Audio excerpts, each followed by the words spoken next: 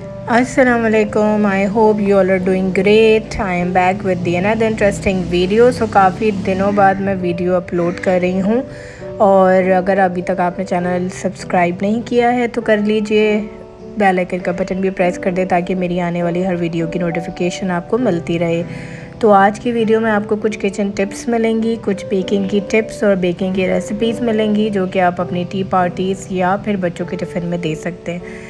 सबसे पहली टिप जो है वो है भुट्टे से रिलेटेड, यानी कि कॉर्न। अक्सर लोगों को मसला होता है कि जब वो भुट्टा लेकर आते हैं तो वो हार्ड होता है और बॉईल करने पे भी वो सॉफ़्ट नहीं हो रहा होता। जैसे कि आपको मार्केट में स्वीट कॉर्नस मिलते हैं वैसा वाला सॉफ़्ट नहीं होता। तो करना आपने ये है कि बहुत ज़्यादा पानी लेना है, उसमें भुट्टों को डालना है और उसका छिलका उतारना नहीं है, एज़ इट इज़ करना है।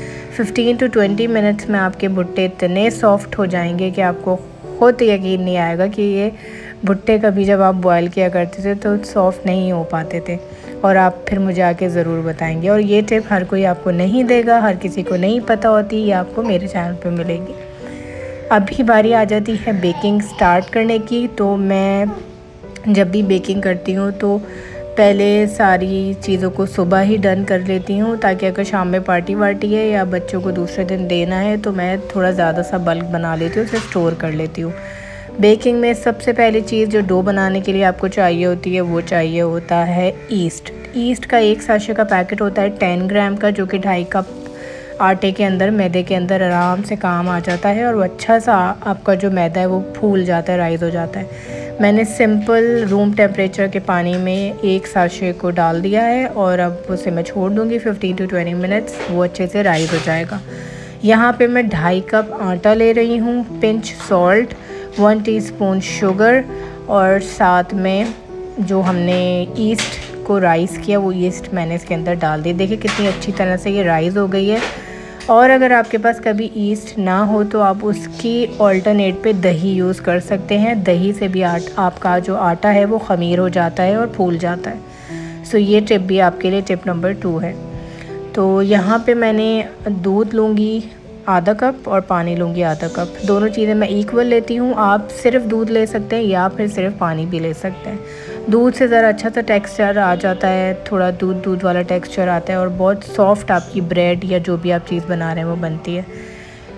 आप जब ये आटा डो बना रहे होते हैं, इस डो में आप मल्टीपल चीज़ें बना सकते हैं, मल्टीपल बेकिंग आइटम्स जो है ना वो लाइक प्रोडक्ट्स बना सकते हैं, जैसे कि donuts, bread, stuff breads, different तरह के आप इससे पेटीज़ भी इवन बना सकते हैं। इवन तो पेटीज़ बनते हैं पफ पेस्ट्री से, पर आप इसके टेक्सचर से भी बना सकते हैं, इस आटे से भी बना सकते हैं।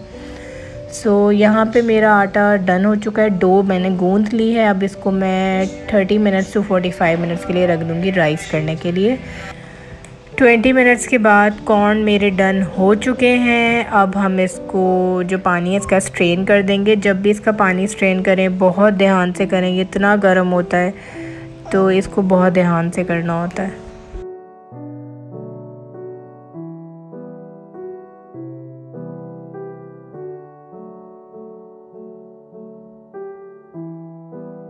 ठंडा होने पे आप इसकी स्किन उतार लीजिए और फिर भुट्टे को एंजॉय करें। यहाँ पे मेरे पास टाइम नहीं था तो इसलिए मुझे वीडियो बनानी थी, मैं गरम में ही आपको दिखा रही हूँ। ये इतना नरम हो गया, इसका कलर भी चेंज हो गया, भुट्टा ऑरेंज से लाइट येलो कलर में आ चुका है।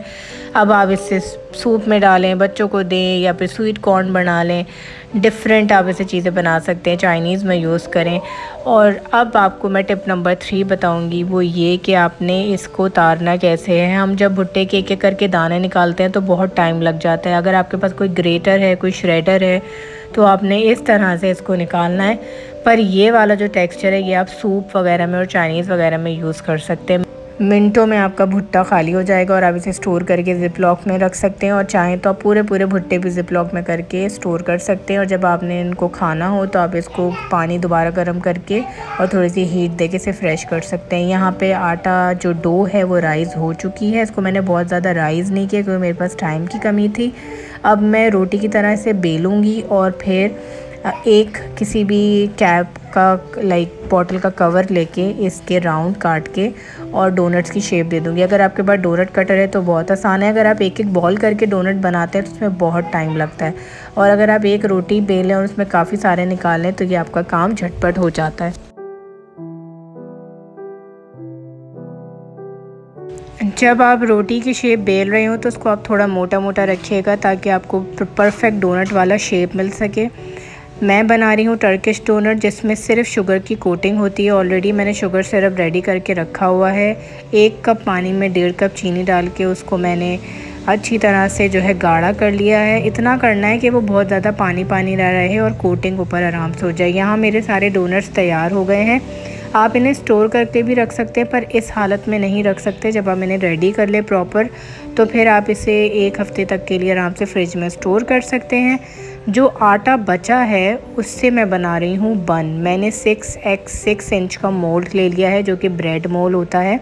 सो अब मैं इसके 5 छोटे छोटे राउंड बॉल्स बना के और इसको इसके अंदर सेट कर दूंगी और दोबारा से कवर करके राइस करने के लिए रखूँगी।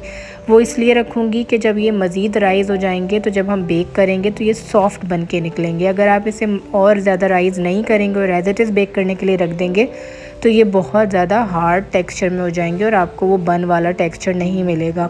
और हमेशा जब भी आप अपना डो बनाएं तो देखें कि उसमें जाल क्रिएट हो रहा है कि नहीं हो रहा। अगर तो आपकी डो में जाल क्रिएट हो रहा है तो उसका मतलब है आपकी डो परफेक्ट बनी है। तो यहाँ पे मैं इसे सेट कर दूँगी और फिर हम इसे दोबारा राइस करने का वेट करेंगे।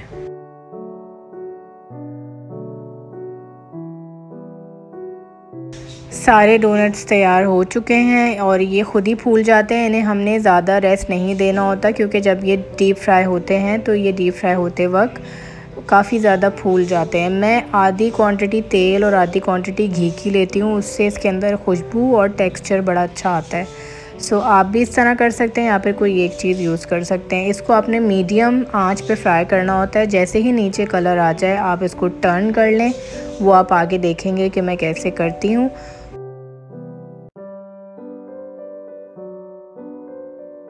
यहाँ पे मैं प्री हीट कर रही हूँ ओवन 10 मिनट्स के लिए। दोनों ग्रिल जो है वो मैं ऑन कर दूँगी। अभी मैंने नीचे वाली ग्रिल ऑन करी है, दोनों नहीं करी। आप दोनों भी कर सकते हैं, नीचे वाली ग्रिल भी ऑन कर सकते हैं जब आप प्री हीट करेंगे ओवन फॉर 10 मिनट्स। यहाँ पे मैं टर्किश डोनट्स को फ्राई कर रही हूँ। कलर देखिए कितना ज़बरदस्त आया है। डोनट्स भी फूल चुके हैं। ये आप बच्चों को दे सकते हैं लंच वगैरह में। मेरे बेटे को तो बहुत पसंद है। यहाँ पे देखिए जो मैंने आपको बताई थी टिप कि बन को राइस करना ज़रूरी होता है। अब ये मैंने बॉल्स रखी, आपस में फैल गए, उन्होंने कवर कर लिया पूरे पैन को, मोल्ड को। यहाँ पे मेरे डोनट्स जो है मज़ीद तैयार हो रहे हैं। ये इतने सस्ते बजट में बन जाते हैं। अगर आपके घर में कोई हाई टी पार्टी है तो आप उसमें भी रख सकते हैं। ये बहुत अच्छे भी लगते हैं और खाने में भी बहुत मज़े के होते हैं। यहाँ मैं ऊपर कोटिंग कर रही हूँ, ब्रशिंग कर रही हूँ एग की ब्रशिंग करना इसलिए ज़रूरी होता है हर बेकिंग आइटम के ऊपर जो यूजली बन्स वगैरह होते हैं या पेटीज वगैरह होते हैं, क्योंकि कलर एग की ब्रशिंग से ही आता है। अगर आप एग ब्रशिंग नहीं करेंगे तो जो बेकरी वाला कलर आता है, जो हम बाज़ार की बेकरी में आप चीज़ें ख़रीदते हैं, वो कलर और वो टेक्सचर फिर ऊपर से नहीं आएगा। साथ में मैंने कलौंजी और तिल ये दोनों ऊपर थोड़ी सी स्प्रिंकल कर देंगे तो ज़रा अच्छी सी लुक आ जाएगी और दिखने में भी टेम्पटिंग लगेगा।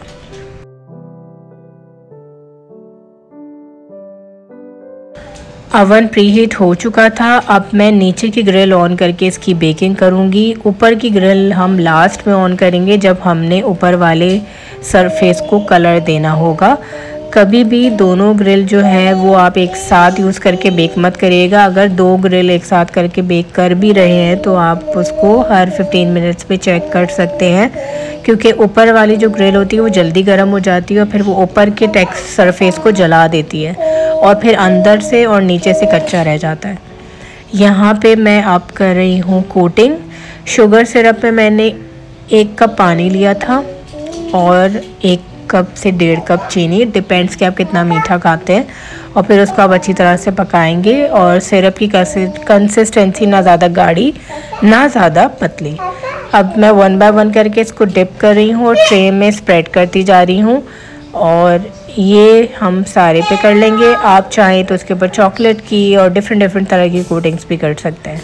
यहाँ पे मैं इसके ऊपर सेसमी सीड्स लगा रही हूँ क्योंकि इससे बड़ा अच्छा लुक आ जाता है। ब्राउन के ऊपर वाइट सा टेक्सचर, तो दिखने में बहुत एपेटाइजिंग लगता है।